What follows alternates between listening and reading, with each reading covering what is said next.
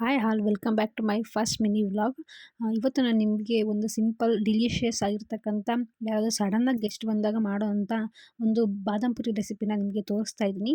ಇದಕ್ಕೆ ಸ್ವಲ್ಪ ಮೈದಾ ಹಿಟ್ಟು, ಹಾಗೆ ಸ್ವಲ್ಪ ಉಪ್ಪು, ಹಾಗೆ ಸ್ವಲ್ಪ ಎಣ್ಣೆ, ನಿಮಗೆ ಕಲರ್ ಬೇಕು ಅಂದರೆ ಕೇಸರಿ ಬಾತಿನ ಕಲರ್ನ ಹಾಕ್ಕೊಂಡು ಚೆನ್ನಾಗಿ ಗಂಟಿಲ್ಲದೆ ಇರೋ ಥರ ಮಿಕ್ಸ್ ಮಾಡ್ಕೊತಾ ಬನ್ನಿ. ಸ್ವಲ್ಪ ನೀರು ಹಾಕ್ಕೊಂಡು ಕಲಿಸ್ಕೊತಾ ಬನ್ನಿ. ಇದನ್ನು ಒಂದು ವಾರದ ತನಕ ಪ್ರಿಸರ್ವ್ ಮಾಡ್ಕೊಂಡು ಇಡ್ಬೋದು ಫ್ರಿಡ್ಜ್ ಇಲ್ಲದೇ. ತುಂಬ ಅಂದರೆ ತುಂಬ ಚೆನ್ನಾಗಿರುತ್ತೆ. ಒಂದ್ಸಲ ಟ್ರೈ ಮಾಡಿ ನೋಡಿ.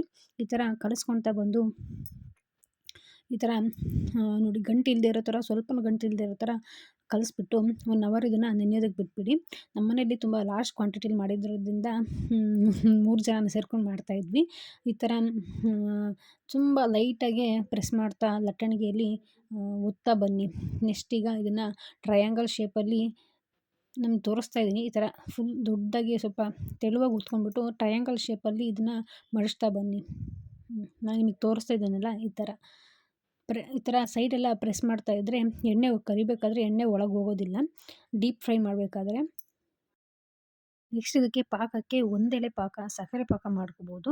ಇದಕ್ಕೆ ಒಂದೆಳೆ ಪಾಕ ಅಂತ ಬರುತ್ತಲ್ಲ, ಆ ಥರ ಮಾಡಬೇಕಾಗುತ್ತೆ.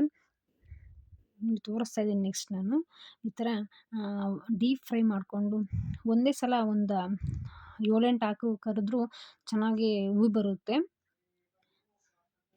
ಡೀಪ್ ಫ್ರೈ ಮಾಡಿಕೊಂಡು ನೆಕ್ಸ್ಟ್ ಇದನ್ನು ಕರಿದ ತಕ್ಷಣವೇ ಪಾಕ ಮಾಡ್ಕೋಬೇಕು. ಪಕ್ಕದಲ್ಲೇ ಪಾಕ ಮಾಡಿ ಇಟ್ಕೊಂಡು ನಿಮಗೆ ತೋರಿಸ್ತಾ ಇದ್ದೀನಲ್ಲ ಹೀಗೆ, ಅದ್ರ ಜೊತೆ ಅದರಲ್ಲೆಲ್ಲ ಅದ್ಬಿಟ್ಟು ಸಪ್ರೇಟಾಗಿ ಇದನ್ನ ಬೇರೆ ಇದರಲ್ಲಿ ಶಿಫ್ಟ್ ಮಾಡಿಟ್ಕೊಂಡು ಅದ್ರ ಮೇಲೆ ಕಾಯಿನಾದರೂ ಆಯಿತು, ಇಲ್ಲ ಅಂದರೆ ಬಾದಾಮಿ ಆದರೂ ತುರಿದಿಟ್ಕೊಂಡು ಅದ್ರ ಮೇಲೆ ಸ್ಪ್ರಿಂಕಲ್ ಮಾಡಿದರೆ ಸಾಕು.